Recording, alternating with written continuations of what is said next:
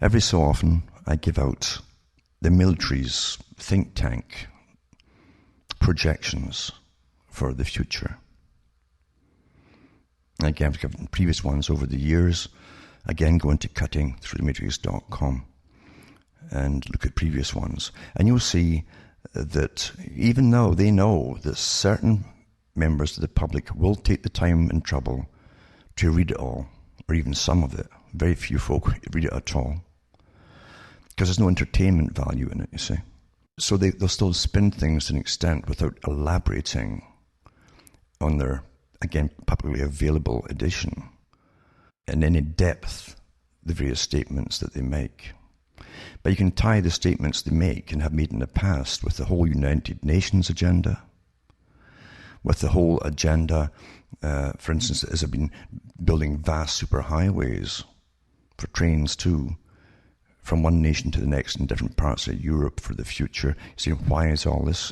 They give you different reasons at the time, and then you find the real reasons later on. And of course, if you are awake, as I say, you always know what they're going to be eventually anyway. Now, the latest one has come out for the Ministry of Defence for Britain, and also, of course, they run it for NATO and all NATO countries. You see, we're all one today because the US is also a member of NATO. And this is the Strategic Trends Program and Global Strategic Trends out to 2045. Now, when they say trends, it is true. There's always the trends put out there, the memes, you might say.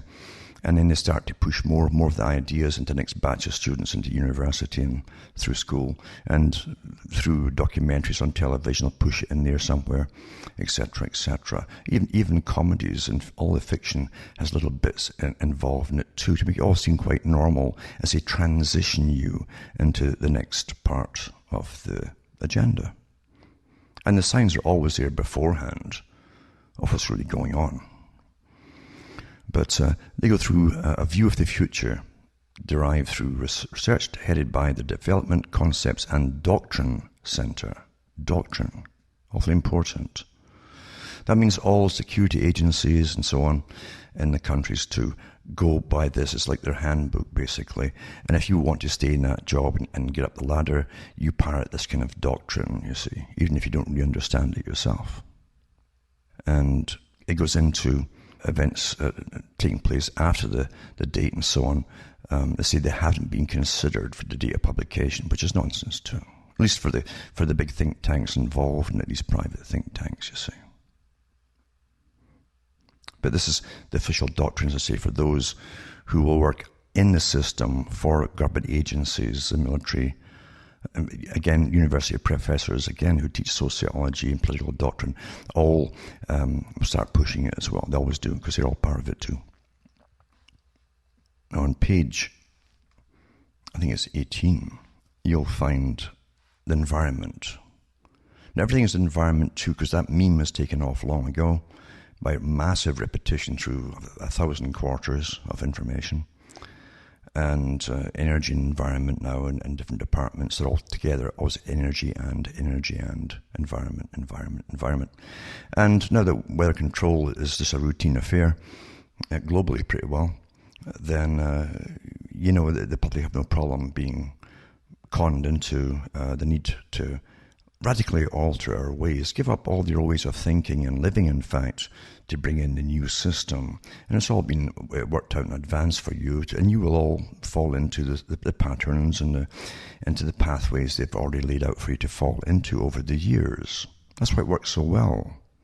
I always think back to the Rolling Stones, their tribute to the devil and so on, and the song Time's on My Side, supposedly by Satan, you see. And that's what you've got. Time. When you try to radically alter a single culture that thinks it's been free too quickly, you'll have massive backlash from the people. And you tell them what you want them to do and how you want them to live and so on. Massive backlash. You take 30, 40 years of propaganda. You raise another generation up, or two, or even three. generations up through massive propaganda and indoctrination at school, into high school and university, until they think everything they've been taught is all quite normal and natural. Then their parents accept it, then their offspring accept it, much easier, right? Blah, blah, blah, blah, blah. So easy, you see, to do that. Time is on my side. So this is environment here, and it says, a growing population will demand more food and water. Food and water. Increasing the strain on environment out to 2045 as centers of population cluster in vulnerable areas such as coastal regions. Now, they've said that years ago too, when they wanted all the folk off of the coastal regions. The consequences of adverse weather are highly likely to be felt more keenly by 2045. Climate change, the weather. They try to drop the global warming, although it's still mentioned occasionally, because everything's manufactured routinely now with weather control. It's so perfected. It says that climate change is likely to have more noticeable effects. Without mitigation, like it's giving power to authorities to change the way of living, rising sea levels will increase the risk of coastal flooding, particularly in regions affected by tropical cyclones. Droughts and heat waves are also likely to increase in intensity, duration, and frequency. Some of these events could precipitate natural disasters, which, because of the interdependence, there's again that fantastic word that they came up years ago with, interdependence of nations, that's what they mean, enabled by globalization, may have consequences far beyond the site where disaster occurs. We're all in it together. You see, we're all in it together. They always have these slogans even during wartime. We're all in it together.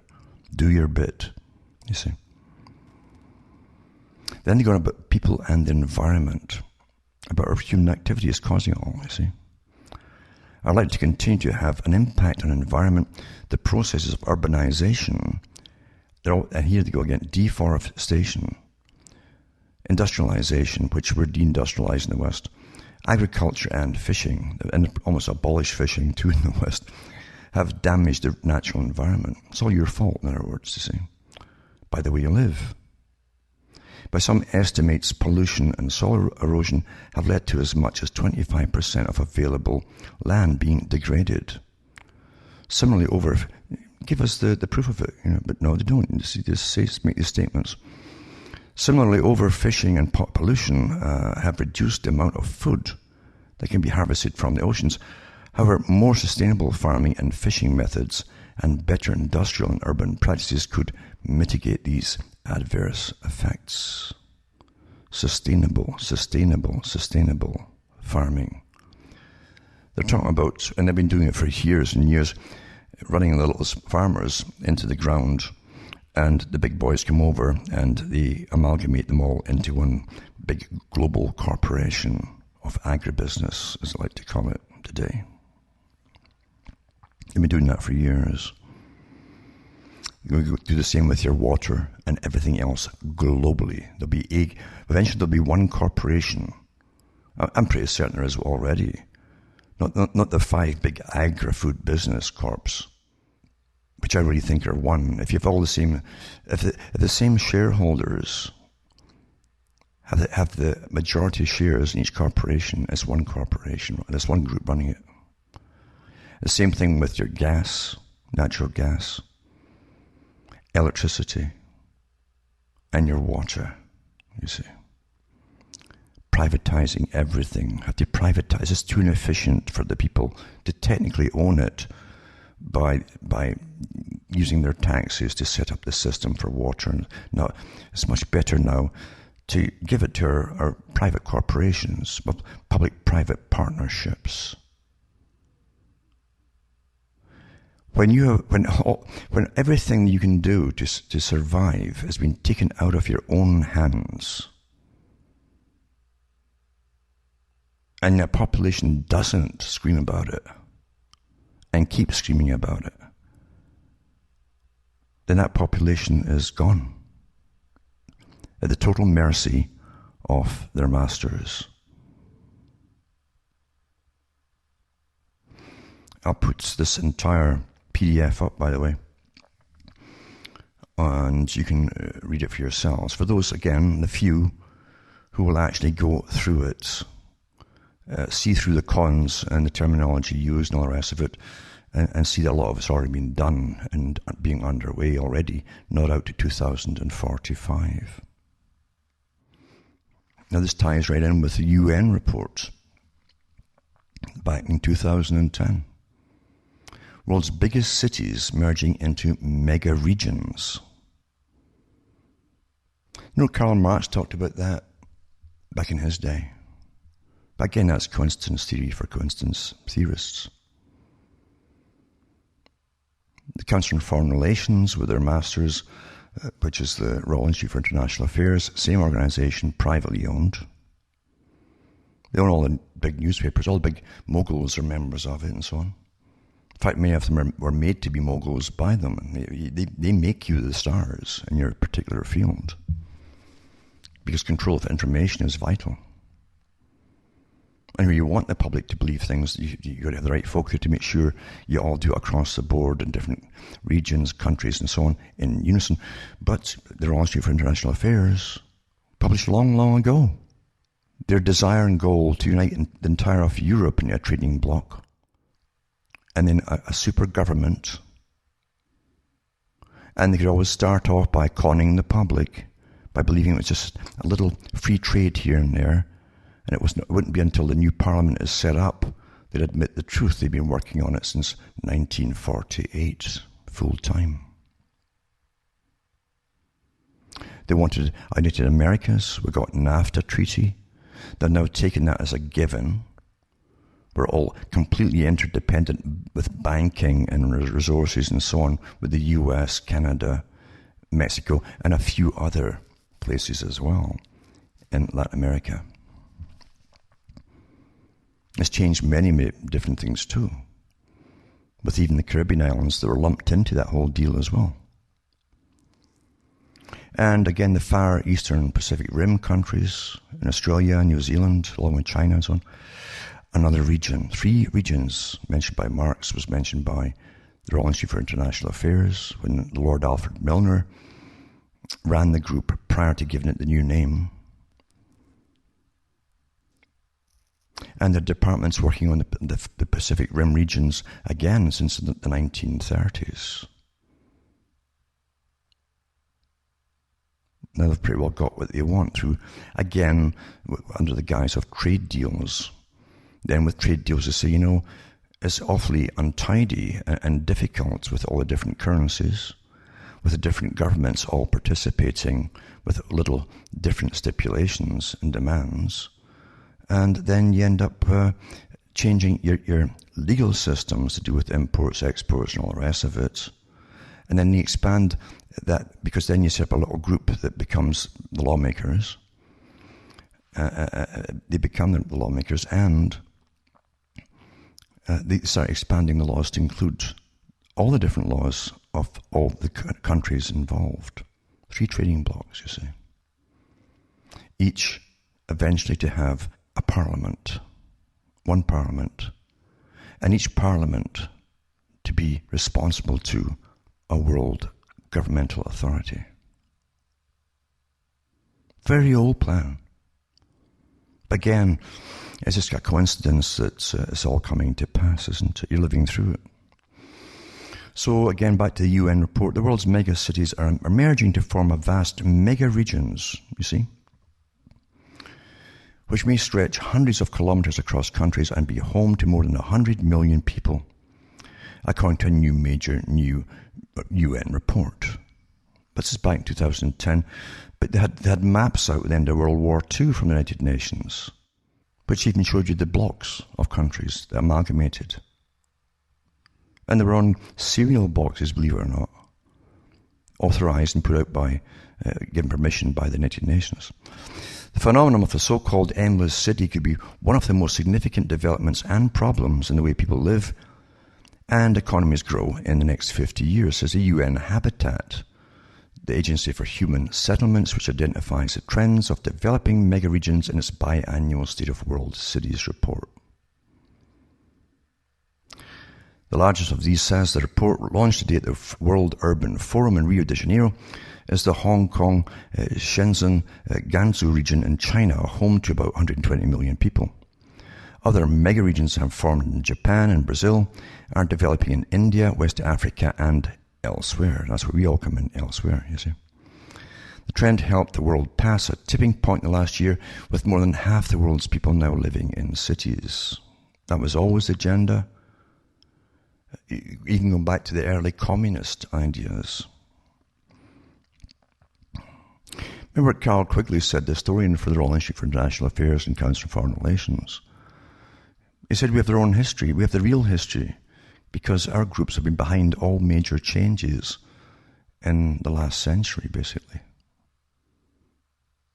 including the wars, to make all this possible, for folk to give up their national sovereignty and all that. The UN said that urbanization is now unstoppable. Anna Tibijiku, outgoing director of the UN Habitat, says just over half the world now lives in cities, but by 2050, over 70% of the world will be urban dwellers. By then, only 14% of people in rich countries will live outside cities, and 33% in poor countries. Now, they've also put from the United Nations reports, and I've read them in the past too. They're all, everything I've mentioned before is in cuttingthroughmatrix.com archive section. For those who really have patience and don't need to have entertainment to wade through all that kind of stuff. But they said in previous reports from the United Nations, only very rich people, the few, will live in rural areas, in their country dwellings, etc. The rest of you are crammed in the cities. The development of megaregions is regarded as generally positive, said report's co-author Eduardo Lopez Moreno. The megaregions, rather than countries, are now driving wealth. Is that true? The wealth for the majority of the public everywhere is going down, down, and down. Research shows that the world's largest 40 megaregions cover only a tiny fraction of the habitable surface of their planet and are home to fewer than 18% of the world's population, but account for 66% of all economic activity and about 85% of technological and scientific innovation, said Marino. And this goes on, it's quite a lengthy article, it's pretty lengthy, I won't read it all. And for those, again, who just want facts, basically. But all these facts show the technique, as well, of propaganda and indoctrination. Most of the public, if they hear it at all, generally from the mainstream news, just soak up and never question.